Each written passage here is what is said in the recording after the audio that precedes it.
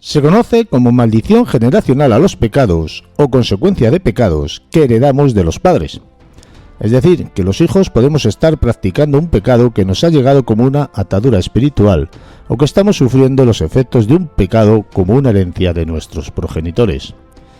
Pero lejos de la realidad social que la Iglesia siempre ha tenido con la sociedad en su manipulación y dominio individual de la persona, tanto a nivel de costumbres como de creencias y prácticas intolerables para el sentir religioso, también la Iglesia tiene sus propias maldiciones, esa que ha utilizado a lo largo de la historia para amedrentar a sus corderos y someterles al yugo de su intolerancia y despotismo clasista y elitista.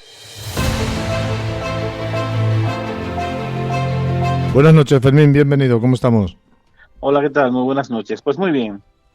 ¿Qué tema nos traes hoy? Bueno, pues hoy vamos a hablar un poco de maldiciones, ¿no? Y vamos a hablar de esas maldiciones que tienen que ver con el mundo de la Biblia, con el mundo de Jesucristo, de los evangelios, pero que sin duda alguna luego también nos adentraremos en las maldiciones que la propia Iglesia a través de la Inquisición lanzaba desde los púlpitos a aquellos que eran considerados herejes y que además lo hacían para que la feligresía, pues cuando saliesen de allí fuesen con esa mente caliente, con ese tipo de maldiciones y supiesen también de alguna manera decírselo a la cara a aquellos que se encontrasen practicando algún tipo de rito que fuese considerado herético. Ya de antemano la propia Iglesia abraza de alguna manera las maldiciones, porque el propio Jesús también era alguien que no era todo amor, como nos lo pintan, sino que también tuvo su tiempo para maldecir a diferentes ciudades, a diferentes personas, a judíos, etcétera.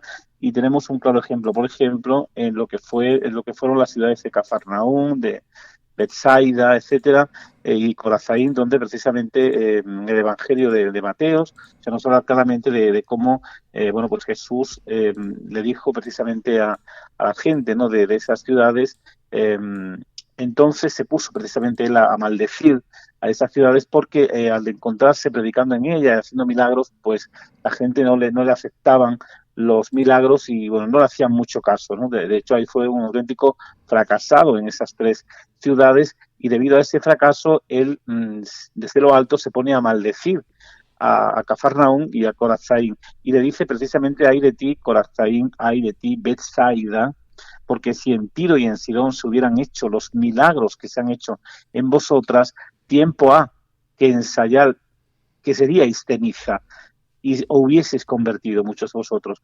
Por eso os digo que el día del juicio habrá menos rigor para Tiro y Sidón que para vosotras. Eso lo decía Jesucristo. Y tú, Cafarnaúm, hasta el cielo te vas a encumbrar, hasta Hades te hundirás, porque si en Sodoma se hubieran hecho los milagros que se han hecho en ti, aún subsistiría al día de hoy.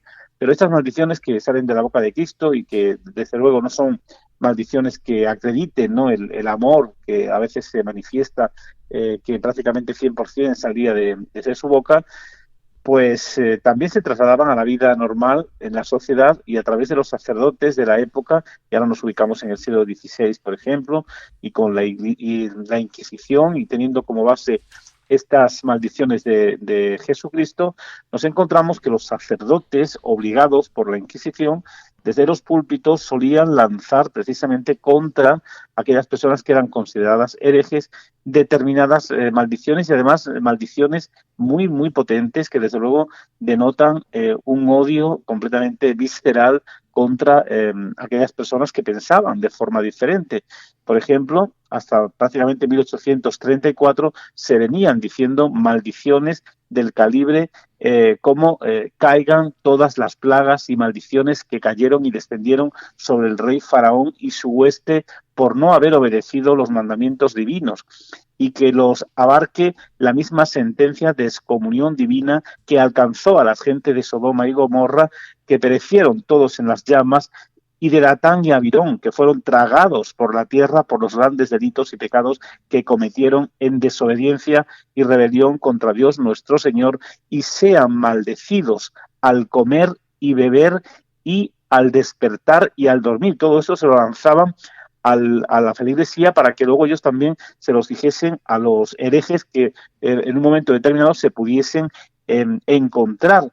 eh, al venir y al irse, dice literalmente, dice, maldecidos seáis al vivir y al morir, y que sean siempre confirmados en sus pecados, y que el diablo esté siempre a su diestra, que su vocación sea pecaminosa y que sus días sean pocos y malos, que de su hacienda gocen otros y sus hijos sean huérfanos y sus esposas viudas, que sus hijos estén siempre necesitados, fíjate qué cosas, no está el amor al prójimo, y que nadie les ayude, que sean expulsados de sus hogares y los usureros se apoderen de sus bienes y que no encuentren a nadie que se apiade de ellos, que sus hijos se arruinen y sean desterrados y sus nombres también, y que su maldad esté siempre presente en el recuerdo divino, que sus enemigos les venzan y los despojen de todo lo que poseen en el mundo y que vaguen de puerta en puerta sin alivio, que sus plegarias se transformen en maldiciones y maldecido sea el pan y el vino, la carne y el pescado, la fruta y otros alimentos que coman, lo mismo que las casas que habitan y las vestiduras que llevan, los animales en que montan y los lechos en que duermen, y las mesas y las servilletas en que comen. Maldecidos sean ante Satanás y Lucifer y todos los diablos del infierno, y que sean estos sus señores y los acompañen de noche y de día. Amén. Así terminan estas maldiciones que se leían precisamente en los templos contra aquellas personas que de alguna manera pudiesen encontrar los cristianos de raza que asistían en día de fiesta mayor a la misa, para ganarse las indulgencias que le daba el papado a través precisamente de este tipo de maldiciones que ellos también tendrían que anunciar a aquellos que considerasen herejes porque hayan visualizado algún tipo de actuación herética en ellos, ¿no? Es más, si algunas personas que incurran en las citadas excomuniones y maldiciones persistieran en ellas por espacio de un año, también a ellas deberían considerárselas herejes y deberían ser procesadas siguiendo el mismo procedimiento que se sigue contra los herejes o los sospechosos del crimen de herejía. Y luego te cierra, ¿no? Precisamente diciendo, dado en el día tal de marzo del año de nuestro Señor de 1512. Esto es un documento original donde se te explica ese tipo de maldiciones que se hacían contra conversos de judíos, contra moriscos, contra sodomitas, contra blasfemos, contra, yo qué sé, cantidades de herejías que se cometían por aquel entonces y que además ya de entrada estaban maldecidos. Pero claro, la pregunta que surge en todo esto es cómo esa iglesia que predicaba el amor al prójimo, la misericordia, la caridad, el perdón, etcétera, se atrevía, ¿no?, a decir todo ese tipo de actuaciones que desde luego de alguna manera, bueno, van en la línea, ¿no?, de esas otras maldiciones que su propio maestro Jesucristo pues decía también contra Corazaín, contra Betsaida o contra Cafarnaún, pero estas eran mucho más potentes y eran mucho más duras, ¿no? Además decían que de nada servía la confesión hecha al confesor para obtener la absolución de la sentencia de excomunión a que el hereje pueda estar sujeto desde el momento en que se comete el crimen, es decir, que por mucho que se confesara no podía ser absuelto ni perdonado. Por lo tanto, tendría que ser eso, un hombre completamente arruinado, no solamente él, sino con esas maldiciones, su mujer, sus hijos, inclusive hasta los alimentos que comían, la ropa que vestían, como hemos escuchado, las servilletas, etcétera, algo, sin duda alguna, diabólico desde mi punto de vista, con este tipo de retahílas, de palabras, de frases que van dirigidas contra aquellos que de alguna manera pues pensaban de forma diferente o actuaban de manera diferente a lo que se consideraba que era la auténtica verdad, que era pues eso, ¿no?, la fe en Jesucristo, y todo lo que se rompiese en esa línea tenía que ser maldito. Y ahí tenemos un claro ejemplo de cómo los documentos hablan por sí solos, y ahí están esas maldiciones de la Iglesia en España.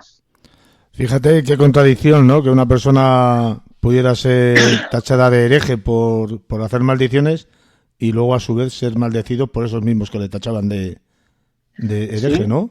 Sí, porque además fíjate que la Iglesia, cuando esto lo pronunciaba desde los púlpitos, tenía un pequeño íntem, digamos, ¿no?, es decir, tenía un párrafo anterior que decía: todos los que sepan algo de las cosas mencionadas en el presente edicto que os leo, o de otras herejías, y no presenten a denunciar y declarar las mismas, quedan por la presente excomulgados y no pueden ser absueltos por sus confesores. Es decir, de esta manera y de este terror y miedo que se metía a la gente a través de este tipo de documentos, pues todos aquellos que estaban allí como cabritos escuchando estas palabras del cura, pues el terror era tal que acudían por las calles buscando a esas personas, porque sabían, ¿no?, que esas maldiciones que se habían lanzado contra ellos podían caer también sobre ellos, porque así se anunciaba y así se predicaba y así se decía, ¿no? O sea que siempre la amenaza y el miedo detrás de buscar a estos supuestos herejes, ¿no? Y a estas supuestas malas personas. Sí, totalmente, totalmente. Desde luego, como siempre digo, ¿no? Si Jesús de Nazaret hubiera hecho acto de presencia, todo esto lo hubiera lanzado. Si realmente ese Jesucristo era así, era misericordia, era amor y era todo era todo lo contrario a lo que aquí se expresa, yo creo que los echaría a latigazos, ¿no? Porque desde luego esto rompe por completo las líneas evangélicas más, digamos, más imbuida dentro de lo que sería el mundo del abrazo, del perdón, del escuchar al otro, del darle un consejo para que no caiga en un determinado error, por ejemplo, pero sin embargo las maldiciones ahí estaban, ¿no? Y creemos que el mundo de las maldiciones, de lo malo, de lo negativo, estaba más en la boca del diablo que en la de Dios. Pues mira, los apóstoles de Jesucristo, y en este caso la Iglesia Católica a través de la Inquisición en España, lanzaba este tipo de amenazas, este tipo de maldiciones contra aquellos que tenían una actuación diferente a ellos, es decir, que pensaban, abrazaban otra religión, abrazaban pues algún tipo de yo qué sé, de secta masónica o alumbrados, etcétera, estarían todos completamente crucificados antemano con ese tipo de actuaciones. Fíjate que hay una frase que viene en la Biblia, de tantas que hay, que dice algo así como que ninguno que es nacido de Dios practica el pecado, porque la simiente de Dios permanece en él. No puede pecar porque es nacido de Dios. Tú fíjate qué contradicción, ¿no? Qué contradicción total, una contradicción total. Bueno, es que la Biblia es pura contradicción, ¿no? Tú te pones a leerla y ningún evangelio es igual que el otro prácticamente. Tú te pones a leer a Marcos, a Mateos o a Lucas y verás que en muchos casos no coinciden en muchas de las cosas que tratan siendo digamos, de la misma temática, ¿no? Y en este caso, bueno, pues más de lo mismo, ¿no? Es algo que se sale fuera de lo común, fuera de lo corriente, y desear al prójimo este tipo de maldades, pues bueno, yo creo que... Sí, luego pecar como estamos diciendo, que es, no sé, cometer un acto impuro, a lo mejor pues practicar el acto sexual antes del matrimonio, eso sería pecar entonces, ahora me imagino que también, pero luego lo que tiene el catolicismo es muy fácil el perdón, ¿no? Porque te confiesas, rezas lo que te diga el señor cura y automáticamente estás perdonado. Ya. Sí, bueno, eso es para el cristiano, ¿no? Porque para esta gente no. Y menos con ese tipo de actuaciones y con este tipo de retahílas. Pero es que no solamente ya era el hereje. Imagínate que tengan niños de 1 año, de 2 años, de 3 años, que ni siquiera han conocido la herejía. Pero por el mero hecho de ser hijos de ellos, ya les dicen que sus hijos sean huérfanos y sus esposas viudas, ¿sabe? Y que de sus haciendas las gocen otros, que sus hijos estén siempre necesitados. O sea, esas personas que ni saben siquiera ni conocen la herejía, ¿no? Que sus hijos estén siempre necesitados y que nadie les ayude. O sea, ¿dónde está aquí el amor al prójimo? Que sean expulsados de sus hogares. Claro, no solamente eso, sino que a la familia que viene detrás. Exactamente. No solamente... Por eso, dime.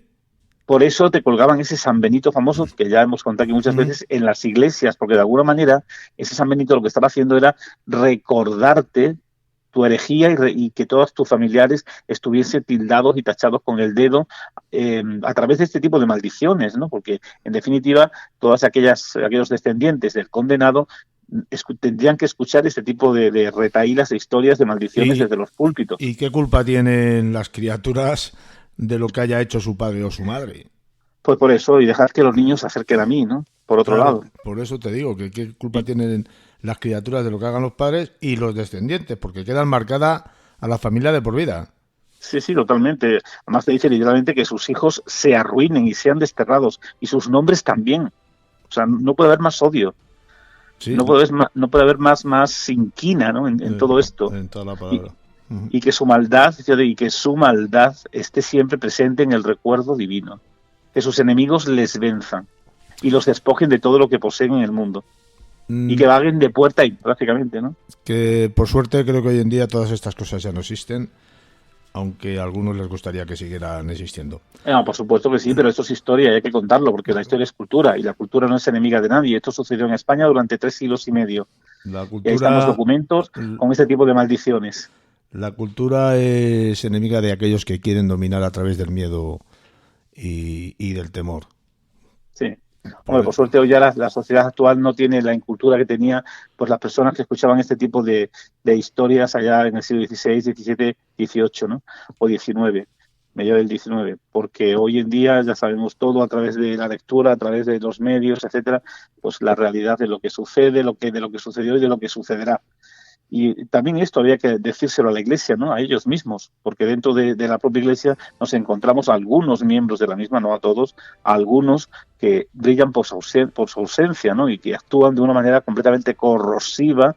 Hablemos de pederastas, hablemos de gente que robaban bebés hasta hace poco aquí en España, etcétera, etcétera, ¿no? También habría que decirle estas mismas maldiciones contra ellos, porque no dejaban de ser herejes en esos momentos.